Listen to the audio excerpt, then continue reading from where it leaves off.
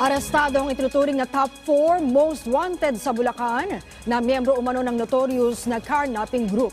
Ang suspect kasama rin sa drugs watch list. Yan ang ulat ni Bel Custodio.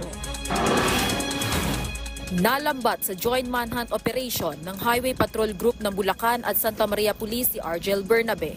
Suspect si Bernabe sa carnapping. Top 4 most wanted din ng Bulacan ang hinihinalang kawatan kaya mahigpit siyang tiniktikan.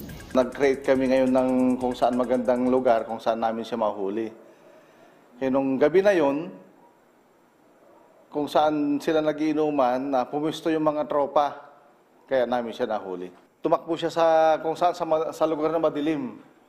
Hanggang sa yun nga, yung dalawang team nga, yung team namin, yung mobile ko nga, yung grupo namin, tsaka yung intel operatives natin.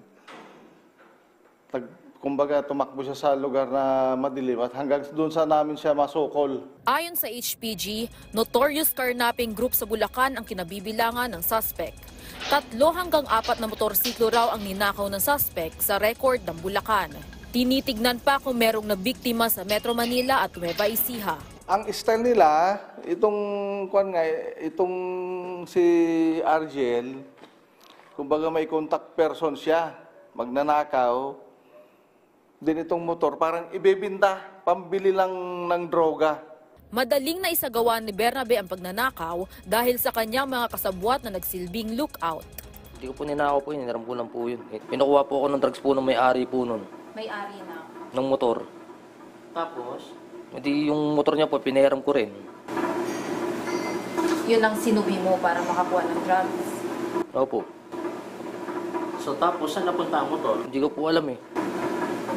Dahil di na po ako binalikan po ng pinahiram ko eh. Nasa drug watch list ng San Jose del Monte ang suspect at may record din ng series of robbery sa Santa Maria. Aminado siyang gumamit minsan ng iligal na droga.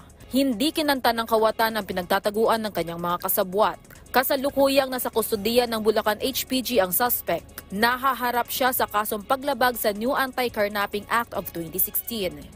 Vel Custodio para sa Pambansang TV sa Bagong Pilipinas.